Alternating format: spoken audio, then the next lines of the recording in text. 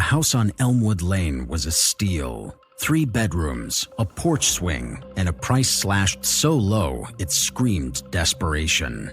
Jake and Mia snapped it up, laughing off the realtor's vague mutterings about past owners and quirky history. Mia, a nurse with a soft spot for fixer-uppers, saw potential. Jake, a mechanic who trusted his hands over his gut, saw a bargain. They moved in on a crisp October day in 2024, oblivious to the shadow watching from the attic window. A little girl in a tattered white dress, her eyes hollow as midnight. It started small. Mia would wake to whispers, soft sing-song murmurs drifting through the dark.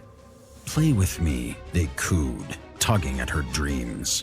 She'd sit up, heart pounding, but the room was empty. Jake snored beside her, unbothered, just the house settling. He'd grunt when she mentioned it. Mia wanted to believe him, but the whispers grew sharper, angrier, threading through her sleep like razor wire. By November, she was a wreck, bags under her eyes, coffee her lifeline. She'd lie awake, staring at the ceiling, feeling watched. Then the girl appeared. Mia saw her one night in the bathroom mirror, a pale blur behind her reflection, head tilted, lips curled in a too-wide grin. She spun around, but nothing was there. The next night, it was the hallway, a flicker of white darting past, bare feet slapping the hardwood. Mia's screams woke Jake, who stumbled out bleary-eyed. "You're dreaming," he said, rubbing his neck. "Stress, babe. Take a pill." She begged him to check the house. He did, grumbling, and found zilch. Mia stopped sleeping after that, terror gnawing her raw. The torture escalated. Cold fingers brushed her legs under the sheets, waking her with a jolt. Shadows twisted in corners, giggling. Objects moved. Her keys on the dresser one night, the kitchen floor the next.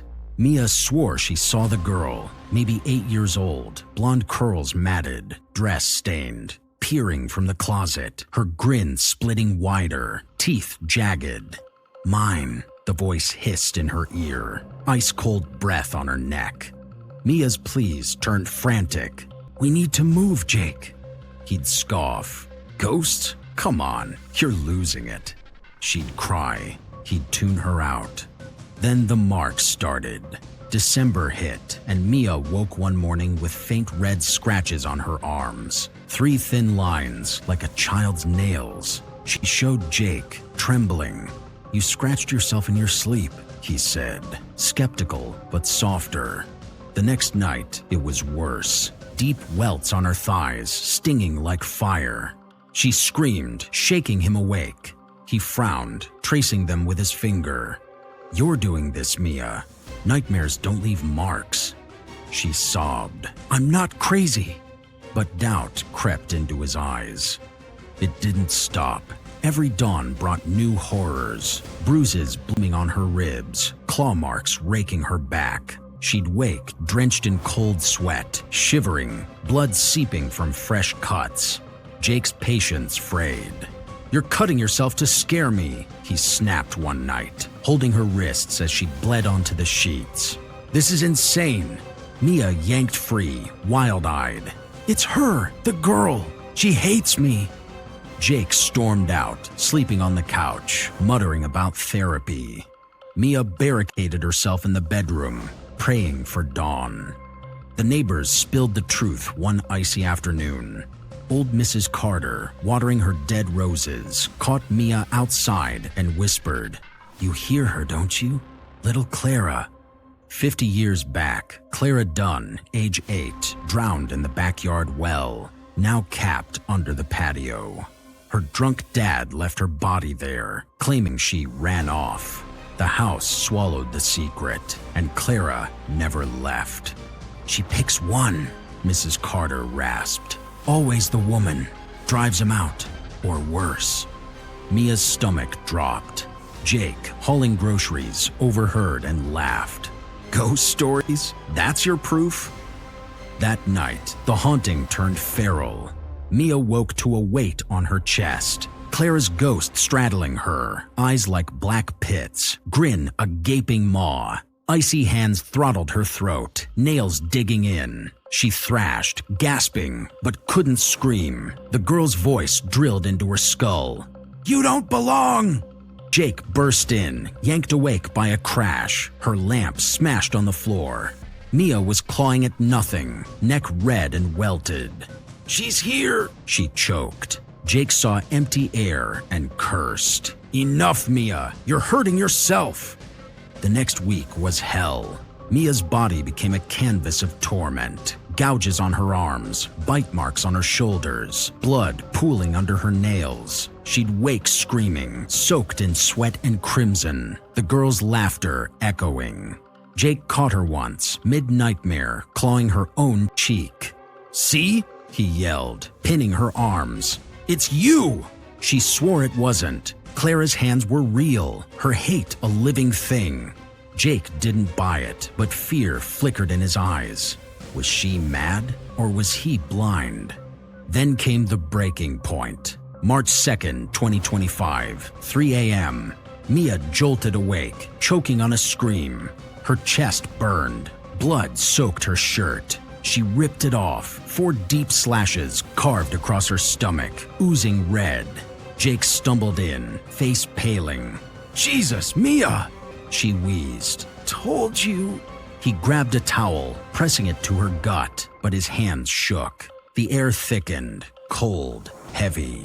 A child's giggle slithered from the walls. Jake froze. What the hell? Footsteps pattered behind him, fast and light. He spun. Nothing. Mia whimpered. "She's here." The lights flickered. Clara materialized at the bed's foot, solid, dripping wet, well water pooling on the floor. Her head cocked, neck snapping with a wet crack. "Mine," she hissed, lunging at Mia. Jake tackled Mia aside, shouting, "Get out!" Clara's claws raked his arm instead. 3 bloody stripes. He yelped, staring at the cuts, reality shattering. "Holy shit, she's real!" Mia bolted, Jake behind her as the house erupted. Doors slamming, windows rattling, Clara's shrieks chasing them into the night. They crashed at a motel. Mia stitched up, Jake bandaged. He believed now. Too late. She refused to return. "Burn it down," she hissed. Jake nodded, shell-shocked. But the twist hit at dawn. Mia showered, steam clouding the mirror. She wiped it and saw Clara behind her, smiling. A cold hand gripped her shoulder. "You can't leave," the girl whispered. Mia screamed, clawing the air, but Jake burst in, saw nothing. Her shoulder bled, fresh marks blooming. Clara wasn't tied to the house. She'd claimed Mia. Days later, Jake found Mia in their new apartment, carving the word "mine" into her arm with a blank stare. "She's inside me," she rasped, voice not hers. Jake backed away, horrified, as Clara's giggle spilled from Mia's throat. The ghost hadn't lost her toy. She'd taken it. Jake ran, leaving Mia to her new owner, the little girl's vengeance complete.